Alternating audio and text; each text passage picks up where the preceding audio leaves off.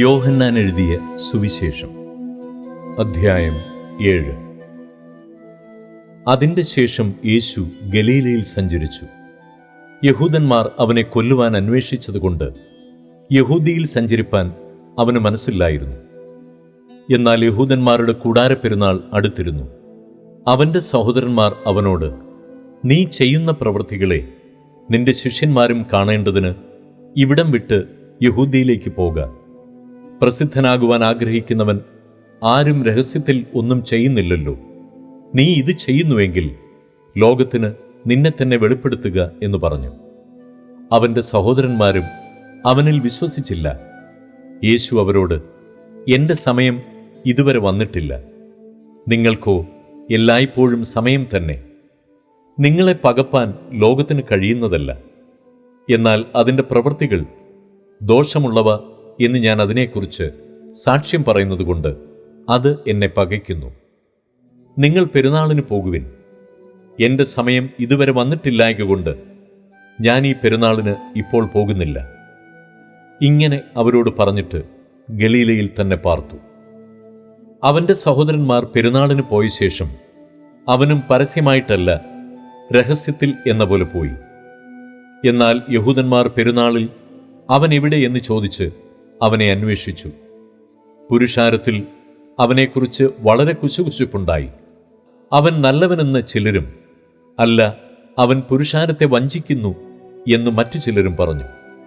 എങ്കിലും യഹൂദന്മാരെ പേടിച്ചിട്ട് ആരും പ്രസിദ്ധമായി അവനെക്കുറിച്ച് സംസാരിച്ചില്ല. പെരുന്നാൾ പാതി കഴിഞ്ഞ ശേഷം യേശു ദൈവാലയത്തിൽ ചെന്ന് ഉപദേശിച്ചു. വിദ്യാഭ്യാസം ചെയ്യാത്ത ഇവൻ ശാസ്ത്രമറിയുന്നത് എങ്ങനെയെന്ന് യഹൂദന്മാർ പറഞ്ഞ് ആശ്ചര്യപ്പെട്ടു. യേശു അവരോട് ഉത്തരം പറഞ്ഞത്, എൻ്റെ ഉപദേശം എൻ്റേതല്ല, എന്നെ അയച്ചവൻ്റേതത്രേ. അവൻ്റെ ഇഷ്ടം ചെയ്യുവാൻ ഇച്ഛിക്കുന്നവൻ ഈ ഉപദേശം ദൈവത്തിൽ നിന്നുള്ളതോ ഞാൻ സ്വയമായി പ്രസ്താവിക്കുന്നതോ എന്ന് അറിയും.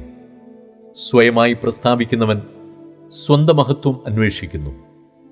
തന്നെ അയച്ചവൻ്റെ മഹത്വം അന്വേഷിക്കുന്നവൻ സത്യവാനാകുന്നു. നീതികേട് അവനിലില്ല.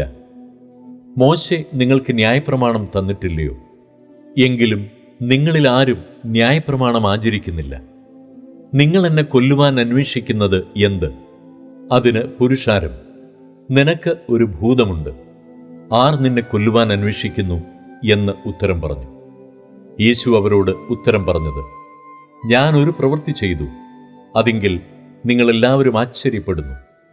മോശ നിങ്ങൾക്ക് പരിച്ഛേദന നിയമിച്ചിരിക്കയാൽ അത് മോശയുടെ കാലത്തല്ല, പിതാക്കന്മാരുടെ കാലത്തത്രേ തുടങ്ങിയത്. നിങ്ങൾ ശബ്ബത്തിൽ മനുഷ്യനെ പരിച്ഛേദന കഴിക്കുന്നു. മോശയുടെ ന്യായപ്രമാണത്തിന് നീക്കം വരാതിരിപ്പാൻ ശബ്ബത്തിലും മനുഷ്യൻ പരിച്ഛേദന ഏൽക്കുന്നുവെങ്കിൽ ഞാൻ ശബ്ബത്തിൽ ഒരു മനുഷ്യനെ മുഴുവനും സൗഖ്യമാക്കിയതിനാൽ എന്നോട് ഈർഷ്യപ്പെടുന്നുവോ?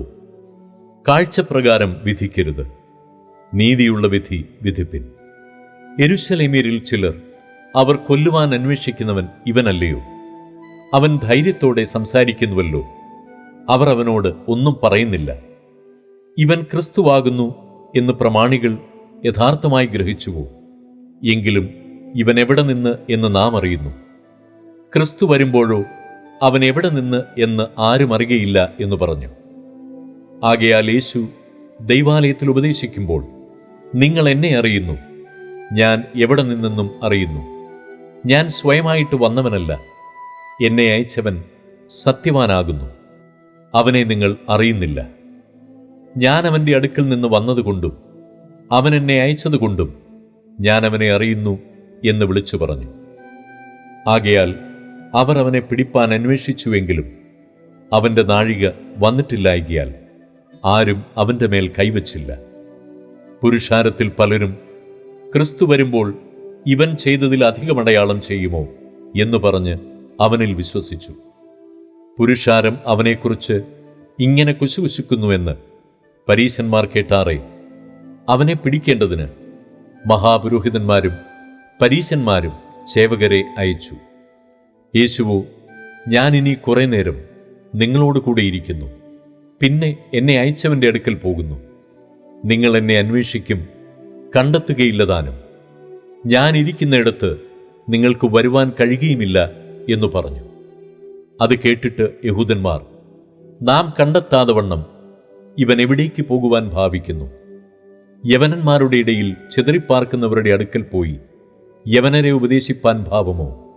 നിങ്ങൾ എന്നെ അന്വേഷിക്കും, എന്നെ കണ്ടെത്തുകയില്ലതാനും.